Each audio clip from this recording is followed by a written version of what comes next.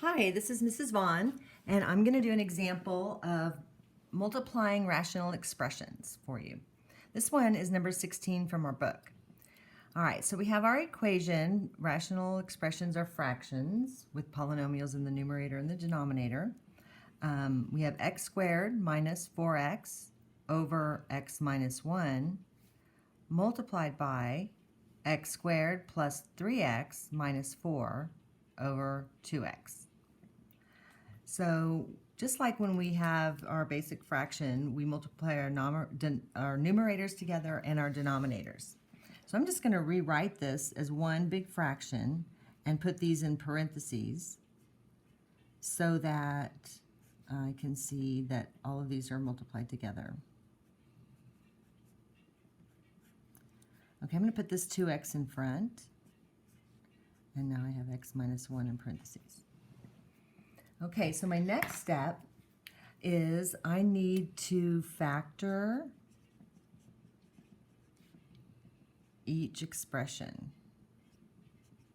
each expression in each set of parentheses.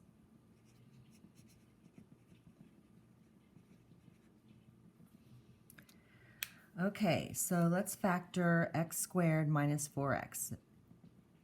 They have an x in common, so we're going to bring out the x. And when I divide x squared by x, I'm left with an x.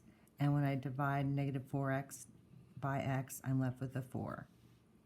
So these are the factors of this polynomial.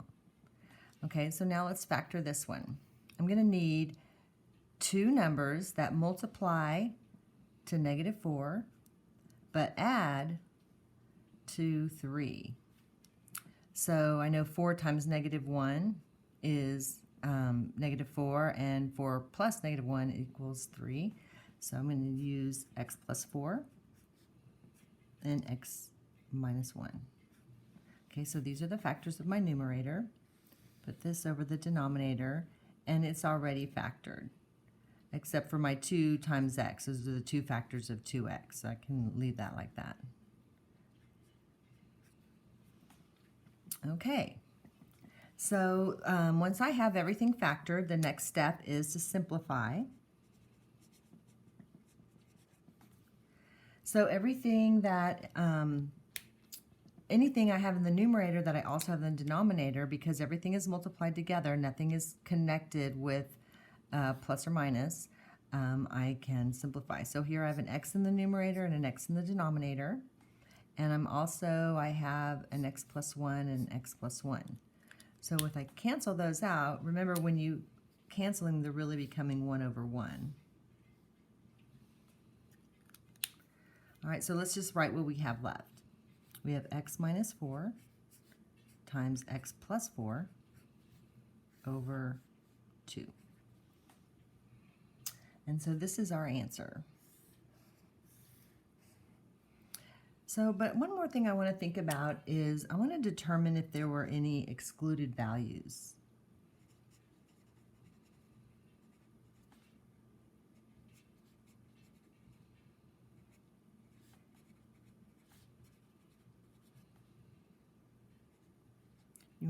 Excluded values.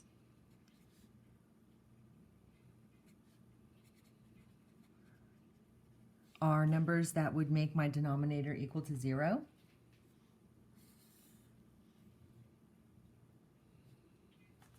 Okay, so these are values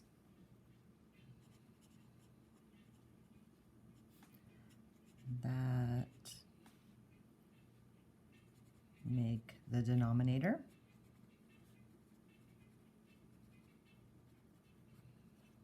equal 0.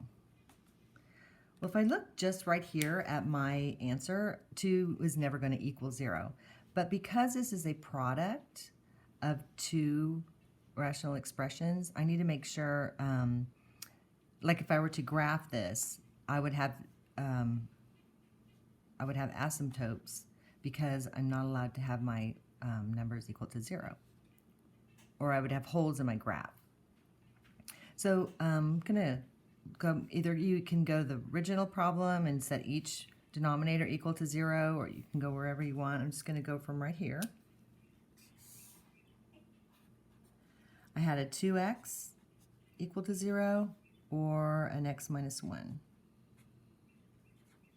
So when I solve for x and divide both sides by 2, I get x equals 0. And when I add 1, I get x equals 1. So these are my excluded values. These numbers would cause the original problem to be equal to 0, and we cannot have zeros in our denominator. So my excluded values are x cannot equal 0 and x cannot equal 1. I wanted to see if there was a discontinuity in my graph.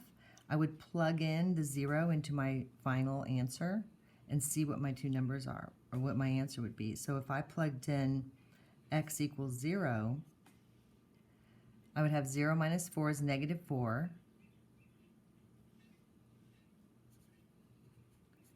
times 0 minus plus 4 over 2. So this is negative 4 plus 4 multiplied together, so that it's negative 16 over 2. So I would have a hole in my graph at 0, negative 8. Now I'm going to plug in the 1 minus 4 times 1 plus 4 over 2. 1 minus 4 is negative 3, and 1 plus 4 is 5, so that's negative 15 over 2. And so these would be discontinuities in my graph. These would be holes in the graph. So this is 1 comma negative 15 over 2.